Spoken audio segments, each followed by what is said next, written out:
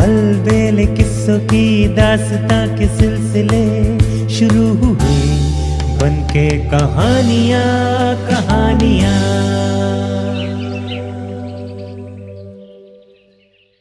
आइए सुनते हैं आज की कहानी बाबा का कंबल। बरसों पहले की बात है। किसी राज्य में राजा नीरज सिंह राज्य करते थे।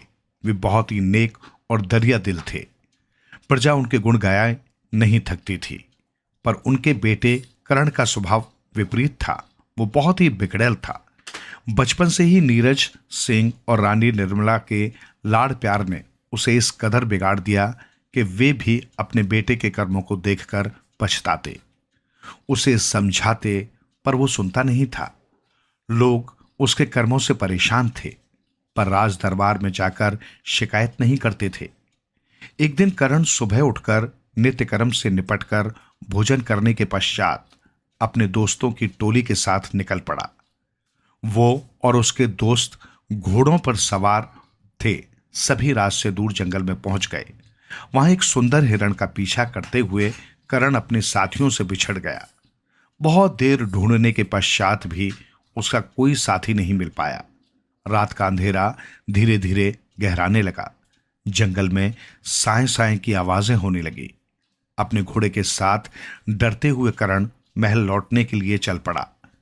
अचानक किसी जानवर की आवाज से घोड़ा जोर से हिनहिनाया और अपनी लगाम छुड़ाकर भाग गया। करण ने थोड़ी दूर तक उसका पीछा किया, पर घोड़ा जाने किधर जाकर गुम हो गया। करण मन ही मन सोचने लगा, अब तो किसी का भी सहारा नहीं रहा। किसी जानवर की नजर मुझ पर पड़ गई तो बेमौत मारा जाऊंगा। सभी दोस्त और घोड़ा भी गुम हो गए। अब अकेला कैसे महल जाऊं? हे भगवान, तू ही कोई रास्ता दिखला। वो धीरे धीरे आगे बढ़ने लगा। जंगल में जानवरों की भयंकर गूंजती आवाजें उसे बेचैन कर रही थी। ठंड के दिन होने से तन में ठिठुरन हो रही थी, क्योंकि महल से तो जो कंबल वो लेकर चला था वो घोड़े पर ही रह गया था। ठिठुरते हुए आगे बढ़ा। धीरे धीरे अंधेरा गहरा गया और ठंड भी बढ़ गई। अंधेरे में कुछ सूझ नहीं रहा था। बहुत दूर एक जगह रोशनी देखकर करण उधर ही बढ़ गया। वहां पहुंचने पर उसने देखा मिट्टी की झोंपड़ी बनी है। बड़ा सा कंदील जल रहा है।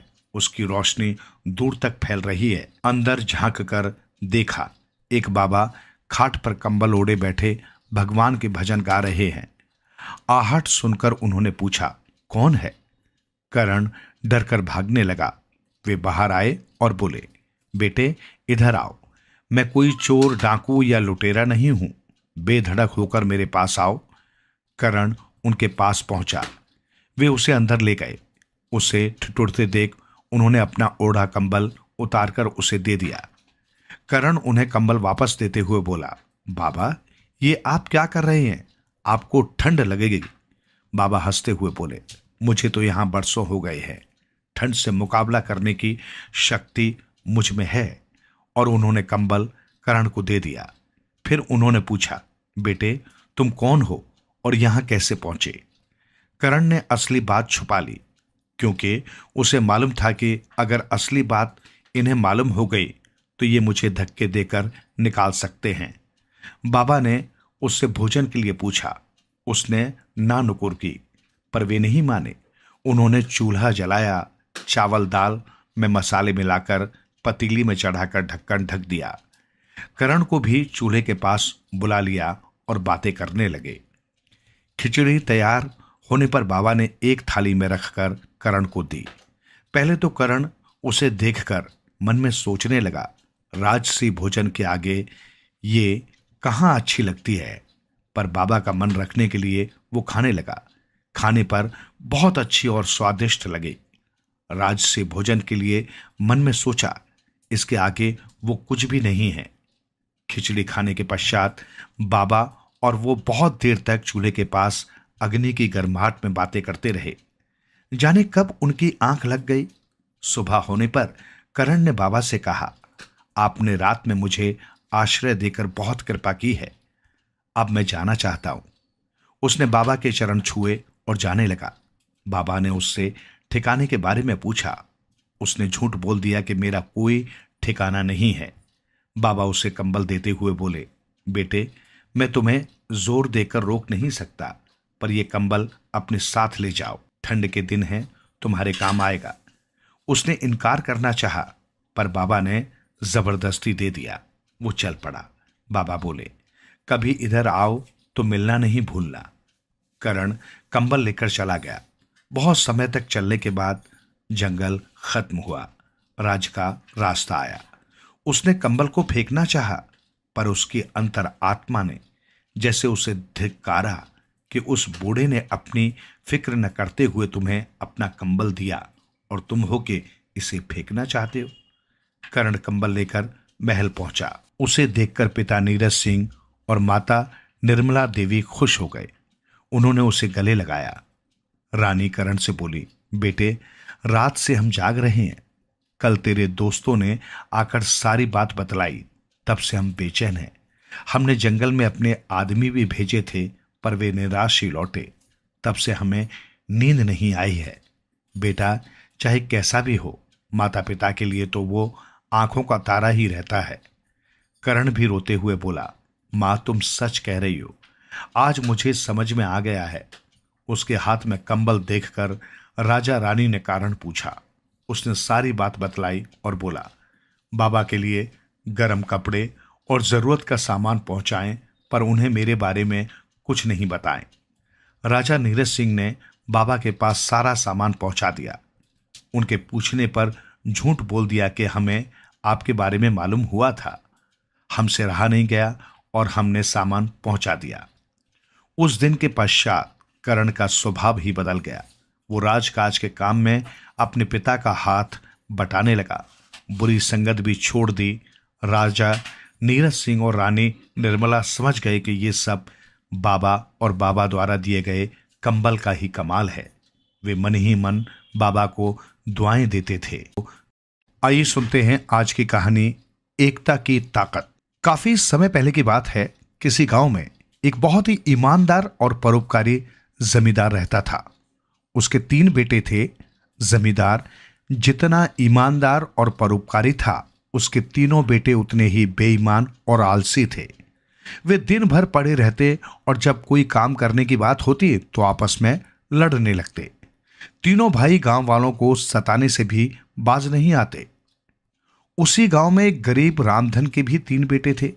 जमींदार के खेतों पर दिन भर कड़ी मेहनत से काम करते, लेकिन बदले में उन्हें इतना कम पैसा मिलता कि उनके परिवार को पेट भर भोजन भी नसीब नहीं होता।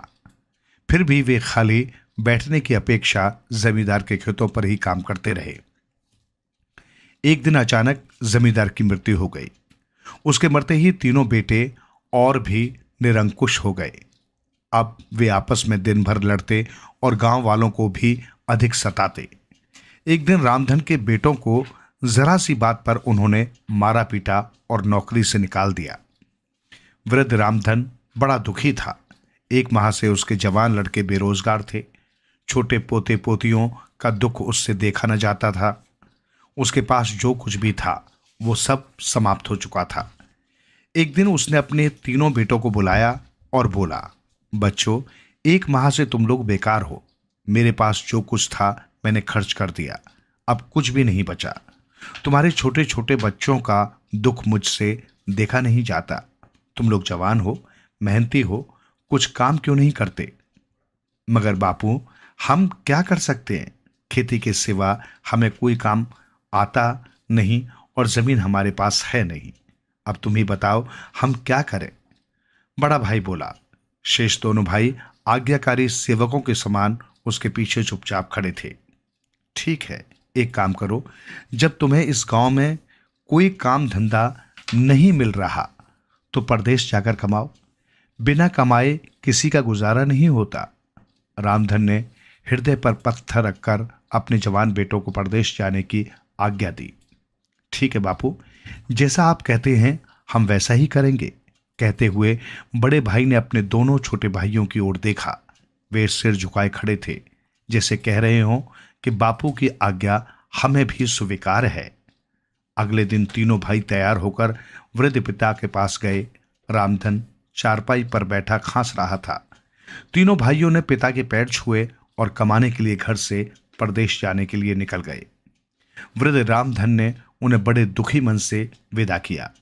उसकी आंखों में आंसू थे। चलते समय उसने पड़ोसी के यहां से आया एक तरबूज उनको दे दिया। तीनों भाई दिन भर चलते रहे। शाम हो गई। वे थक कर चूर हो गए थे। भूख और प्यास भी लगने लगी थी। तभी बड़े भाई की दृष्टि दूर बरगद के एक पेड़ पर गई। उसके पास ही एक नदी बह रही थी। तीनों भाइयों ने तय किया कि वे नदी का पानी पीकर अपने साथ लाए तरबूज को खा लेंगे और बरगद के नीचे रात भर आराम करके दूसरे दिन फिर यात्रा आरंभ करेंगे। वे शीघ्र ही नदी के निकट पहुंच गए। पानी पीने के बाद तरबूज काटने लगे, किंतु चाकू में कम धार होने से तरबूज कट न सका। बड़े भाई ने एक भाई को चाकू पर धार करने, दूसरे को तरबूज पकड़ने का काम सौंपा और स्वयं सबके आराम करने के लिए जमीन साफ करने लगा। बरगद का पेड़ बहुत पुराना था। उस पर एक भूत रहता था। वो रात भर इधर उधर घूमता और दिन में पेड़ पर आ जाता और पेड़ पर पड़ा पड़ा सोता रहता। अंधेरा होते ही उठना और घूमने फिरने निकल जाना, यही उसका नित्य नियम था। अभी अंधेरा होने में देर थी, लेकिन पेड़ के नीचे की आवाज सुनकर भूत की नींद खुल गई। कुछ देर तक वो आंखें मलता रहा, फिर नीचे देखा तो देखता ही रह गया। बरगद के पेड़ के ठीक नीचे 3 हष्टपुष्ट युवक खड़े थे। उनमें से एक के पास चाकू था। भूत घबरा गया। उसने सोचा शायद मेरी चोटी काटना चाहते हैं। भागने का कोई भी रास्ता नहीं है। चलो नीचे चलकर देखा जाए कि ये लोग कौन हैं और क्या करने आए हैं। डरते डरते भूत नीचे उतरा। तुम लोग कौन हो और यहाँ क्या करने आए हो? भूत की आवाज में घबराहट थी। अचानक एक अजनबी को अपने सामने पाकर तीनों भाई डर गए, लेकिन बड़े भाई ने हिम्मत की। दोनों छोटे भाई अपनी आदत के अनुसार बड़े भाई के पीछे हिम्मत बांधकर खड़े हो गए। पहले तुम बताओ कि तुम कौन हो? बड़े भाई ने हिम्मत करके अपनी आवाज को कठोर बनाते हुए पूछा। मैं भूत हूं, इसी बरगद पर रहता हूं। अगर मुझसे कोई गलती हो गई हो तो माफ करना भाई, भूत ने अत्यंत दयनीय स्वर में कहा। बड़े भाई की कड़क आवाज सुनकर वो समझ गया कि अवश्य कोई खतरा है। इसके साथ ही दोनों भाई इस प्रकार खड़े हो गए कि भूत को दाल में कुछ काला नजर आने लगा। भूत का नाम सुनते ही तीनों भाइयों के होश उड़ गए, लेकिन भूत की बात सुनकर समझ गए कि वो उनसे डर रहा है। शीघ्र ही बड़े भाई ने अपनी घबराहट पर काबू पा लिया और फिर अपनी आवाज को और अधिक कठोर बनाते हुए बोला, अच्छा तो तुम ही हो बरगद वाले भूत जिसकी चोटी काटने के लिए हमारे गांव के तांत्रिक ने हमें चाकू और कुछ मंत्र बताकर भेजा है। कहते हैं भूत की जान उसकी चोटी में होती है, इसलिए भूत चोटी के कटने से डर रहा था। हाँ महाराज, मैं ही बरगद वाला भूत हूं, उसकी आवाज में डर था। फिर बड़ा भाई मंत्र पढ़ने का नाटक करते हुए बोला, लाओ चाकू मुझे दो, मैं अभी इसकी चोटी काटता हूं। बड़े भाई ने छोटे भाई की तरफ चाकू लेने के लिए हाथ बढ़ाया। वो सोच रहा था कि चोटी कटने के डर से भूत भाग जाएगा और हम इस मुसीबत से बच जाएंगे। नहीं महाराज, मेरी चोटी मत काटो, मैं तुम्हें धनवान बना दूंगा, लेकिन मेरी चोटी मत काटो। भूत गिड़गिड़ाने लगा। अगर तुम हमें खुश कर दो तो हम तुम्हारी चोटी नहीं काटेंगे। बड़े भाई का स्वर थोड़ा नरम हो गया। भूत उन्हें एक गुफा में ले गया जिसमें सोने चांदी हीरे जवाहरातों के ढेर लगे थे। तीनों भाइयों ने एक गठरी बांधी और भूत को धन्यवाद देते हुए अपने गांव आ गए। अब वे बड़े आराम से रहने लगे। उनके पास शानदार भवन व ऐशो आराम के सभी साधन हो गए थे। धीरे धीरे ये बात जमींदार के तीनों लड़कों ने भी सुनी। वे निर्धन रामधन के धनी होने का राज जानने के लिए उसके पास पहुंचे। वृद्ध रामधन ने उन्हें पूरी बात बता दी। अगले दिन जमींदार के तीनों बेटे भी जंगल की ओर चल दिए। शाम तक वे उसी बरगद के पेड़ के नीचे पहुंच गए। तीनों को भूख प्यास और थकान से बुरा हाल था। अंधेरा होने लगा था, तभी बड़े भाई ने तरबूज काट लिया। वो तरबूज की फांके काटकर देने लगा, किंतु अंधेरे के कारण किसी भाई को कम और किसी को ज्यादा तरबूज जाने से वे लड़ पड़े। लड़ाई में उनका चाकू भी वहीं कहीं अंधेरे में खो गया। इतने में वही भूत बरगद के पेड़ से फिर नीचे उतरा। उन तीनों भाइयों को अलग अलग देखकर वो भूत उन पर हावी हो गया। उसने कड़क कर कहा, तुम कौन हो? तीनों भाइयों ने कहा, हम भूत के बाप हैं, तुझे मजा चखाएंगे। भूत ने उनसे भी कड़कती आवाज में कहा, तुम तो पहले ही आपस में लड़ रहे हो, लड़ते लड़ते तुमने अपना हथियार चाकू भी खो दिया है, तुम मुझे क्या मजा चखाओगे?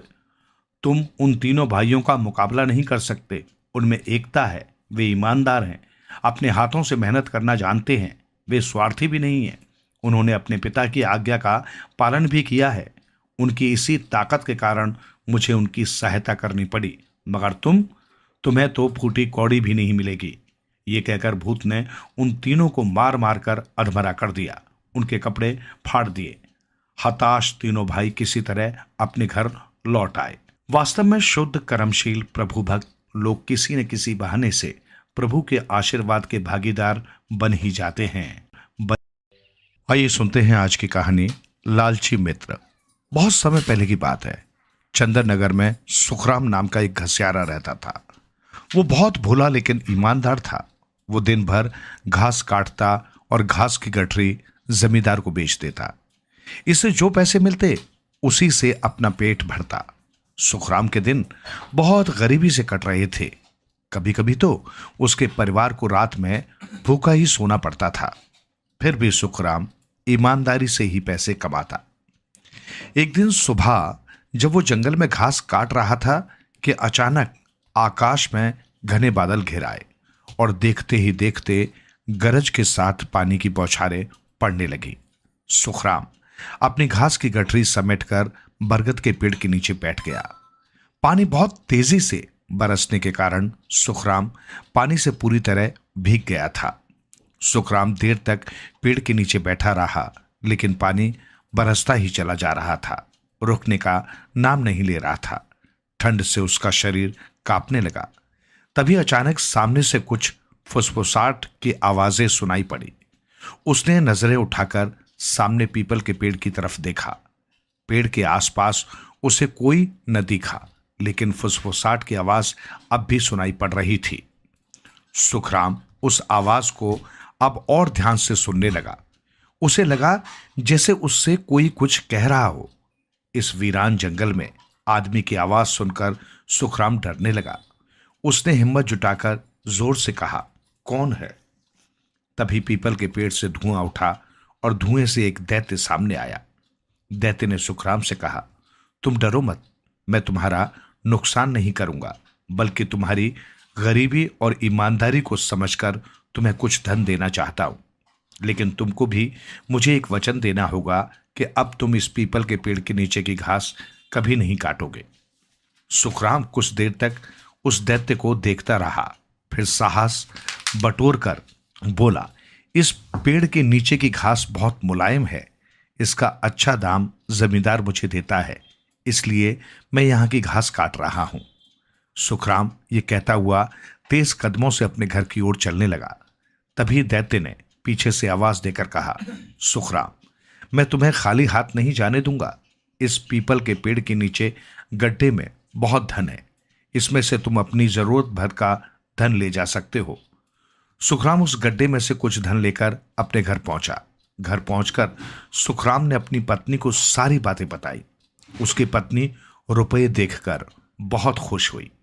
अब सुखराम के दिन बड़े मजे से कटने लगे। सारा गांव आश्चर्य में था कि सुखराम अचानक कैसे धनी हो गया। सुखराम का एक पड़ोसी मित्र दीनू बहुत लालची आदमी था।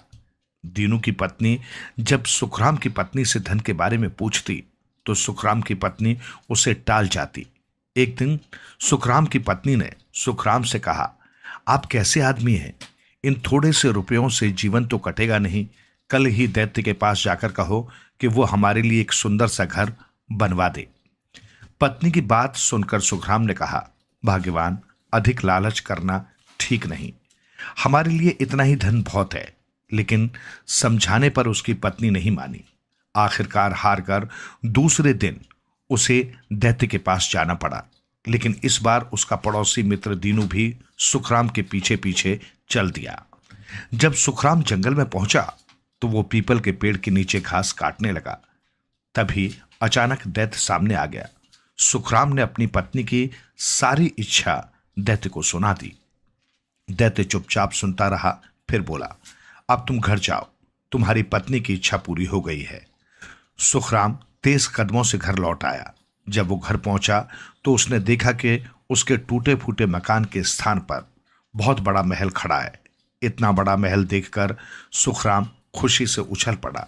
सुखराम के मित्र दीनू ने उस पीपल के पेड़ के पीछे छुपकर दैत्य और सुखराम की बातों को सुन लिया था।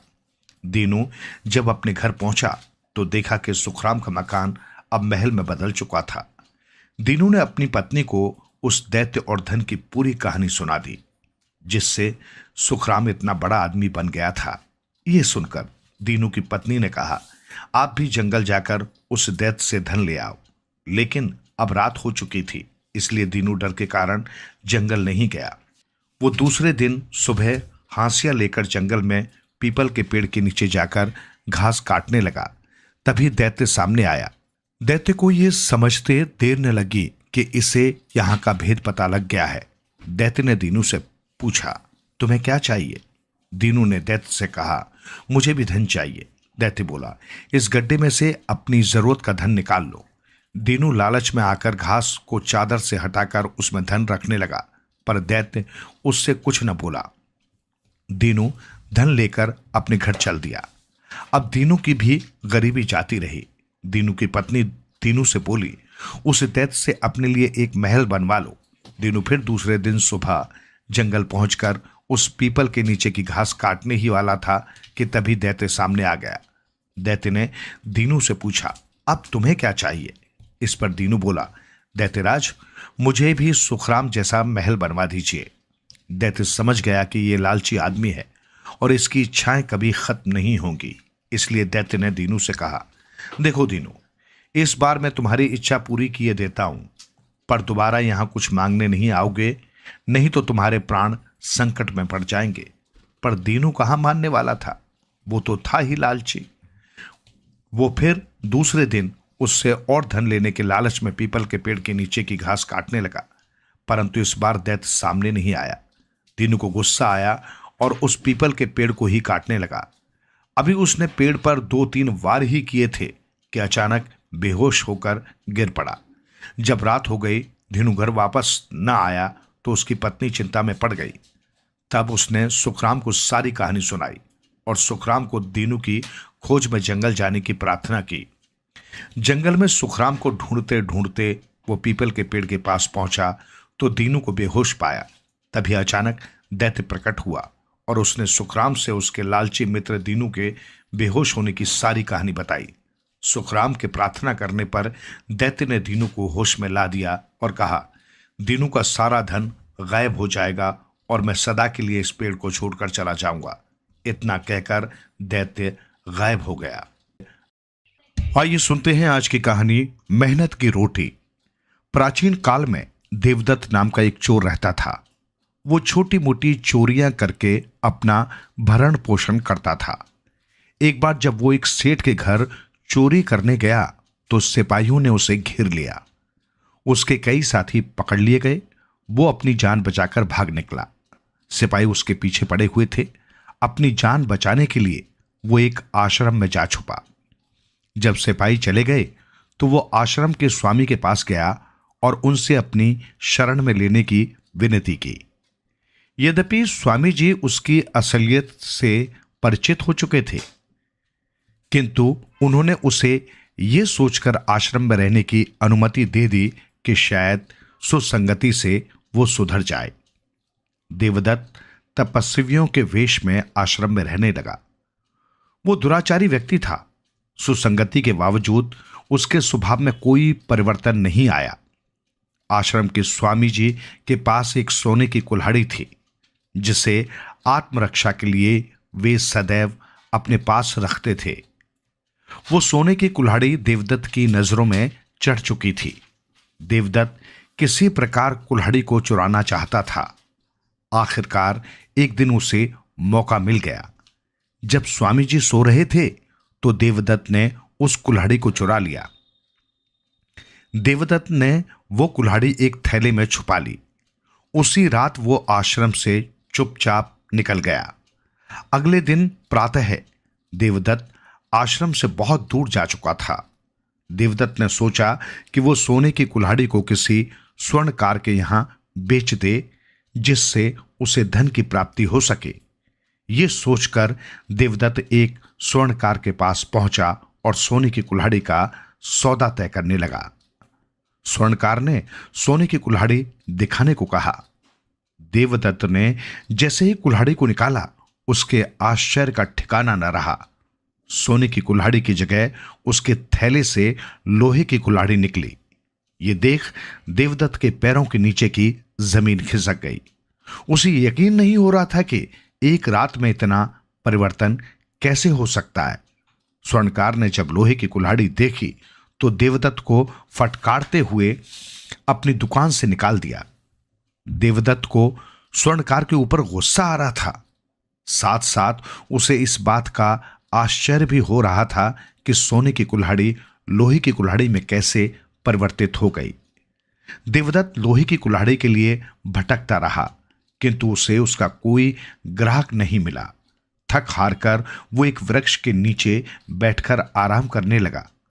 उसे इस बात की चिंता थी कि वो अपनी आवश्यकताओं की पूर्ति कैसे कर पाएगा, और इस बात का दुख भी था कि उसने स्वामी जी को धोखा देकर कुल्हाड़ी चुराई क्यों। उसे लगा कि जैसे उसे उसकी करनी का फल मिल गया हो। वो भूख और प्यास से व्याकुल था। वो उदास मन से बैठा ही था कि अचानक उसकी नजर सामने वन में कार्य कर रहे मजदूरों पर गई। वे लकड़ियां काट रहे थे। देवदत्त के दिमाग में विचार आया कि क्यों न वो भी रोजी रोटी के लिए कुछ काम ही करे।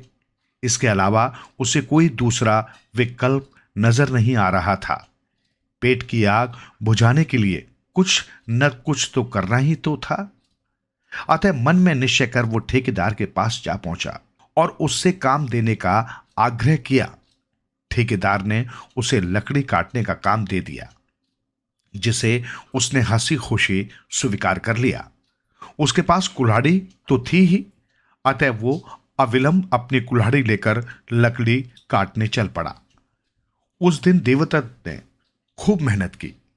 ठेकेदार उसके काम से बहुत प्रसन्न हुआ और उसे पारिश्रमिक के रूप में कुछ स्वर्ण मुद्राएं दी। साथ ही अगले दिन भी आने को कहा। देवदत्त स्वर्ण मुद्राएं पाकर अति प्रसन्न हुआ। वो उन मुद्राओं से बाजार से आवश्यक वस्तुएं खरीद लाया। शाम को देवदत्त ने अपने हाथों से भोजन तैयार किया। रोटियां देवदत्त को आज कुछ ज्यादा ही मीठी लग रही थी, क्योंकि वो मेहनत की रोटियां थी। उसे ज्ञात हो चुका था कि जो वस्तु मेहनत से प्राप्त होती है वो आत्मा को कितना सुकून व आनंद प्रदान करती है।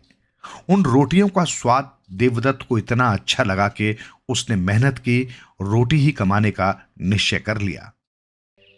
आइए सुनते हैं आज की कहानी। आज की कहानी है 4 शिक्षाएं। पक्षी अपनी मस्ती में उड़ते रहते हैं। इनका न घर होता है, न इन्हें अन्य या दूसरी वस्तुओं के संग्रह की इच्छा होती है। बैरी पेट लगा हुआ है, ये पेट ही सब कुछ करवाता है। पक्षियों का झुंड आकाश में उड़ रहा था। कभी बहुत ऊपर चला जाता, कभी नीचे आ जाता। अगला पक्षी जिस ओर रुख करता, सभी उस ओर उड़ चलते। कोई उनके रास्ते में नहीं था। वे बिना किसी बाधा के आकाश में उड़ रहे थे। बुरा समय आते देर नहीं लगती। पक्षियों की नजर जमीन में बिखरे दानों पर पड़ी। दानों को देखते ही उनके मुंह में पानी भर गया।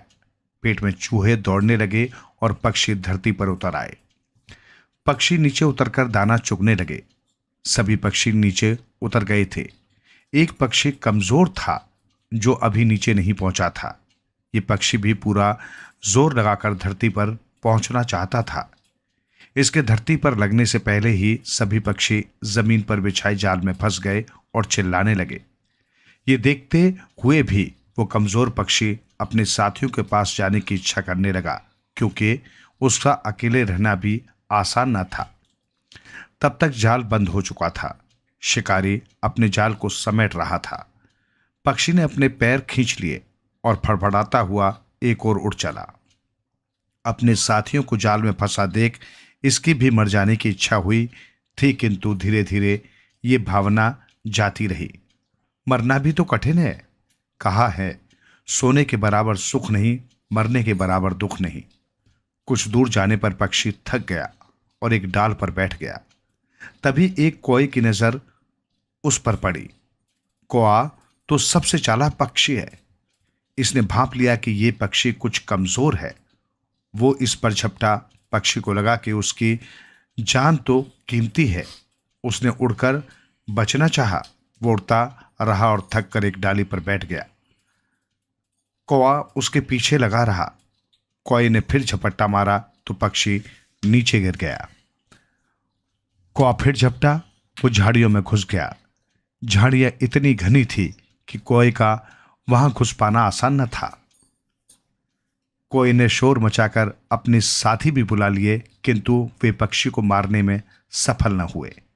हार कर कौए चले गए। पक्षी को अब झाड़ियों में सुरक्षित घर मिल गया। वो थोड़ा सा बाहर निकलता और चौक चौक कर झट से झाड़ियों में छिप जाता। इन झाड़ियों में एक छोटा सा पीपल का पेड़ था। एक बार एक साधु इस पीपल के नीचे अपने शिष्यों सहित बैठ गया। पक्षी साधु का क्रियाकलाप देखता रहा। शिष्य दिन भर बाहर जाकर भिक्षा मांगते और शाम होते ही वहां आ जाते। रसोई बनाई जाती। ईश्वर के नाम पर खाने से पहले कुछ अन्न रख दिया जाता। पक्षी झट से निकलता और वो अन्न खाकर अपने घर में सुरक्षित बैठ जाता। भोजन से निर्वृत्त होकर साधु उपदेश देने लगता और शिष्य ध्यान से सुनते। इस तरह कई दिन बीत गए। शिष्यों के साथ साथ पक्षी को भी ज्ञान हो गया और वो मनुष्यों की भांति बोलने लग पड़ा। शिष्यों के साथ पक्षी का भी कल्याण हो गया। ये वाक्य सच साबित हुआ कि लकड़ी के साथ लोहा भी तैरने लगता है। सच्ची कहा है, जैसा खाए अन्न वैसा बने मन, जैसा बने मन वैसी बुद्धि होए, जैसी बुद्धि होए वैसा करे कर्म, जैसा कर्म करे वैसा भोगे फल। शिष्यों के साथ साथ पक्षी का भी कल्याण हुआ। कुछ दिनों बाद साधु वहां से चलते बने। अब पक्षी का भी मन वहां नहीं लगता था। उनके जाने के बाद उदास हो गया। अब उसमें शक्ति भी आ गई थी, अतः एक दिन वो वहां से उड़ गया। वो कई दिन इधर उधर घूमता रहता, दाना चुगकर अपना पेट भरता। एक बार वो दाने के लालच में एक शिकारी द्वारा बिछाए जाल में फंस गया। शिकारी ने उसे पकड़ लिया और अपने घर ले गया। घर आकर उसने पत्नी को कहा, आज एक ही पक्षी मिला है, इसे ही पकाओ। अब मृत्यु पक्षी के सामने थी। वो कांप उठा। वो मनुष्य की भाषा जानता और बोलता था। उसे एक तरकीब सूझी। उसने शिकारी से कहा, मेरे इतने से मांस को खाकर तेरा क्या बनेगा?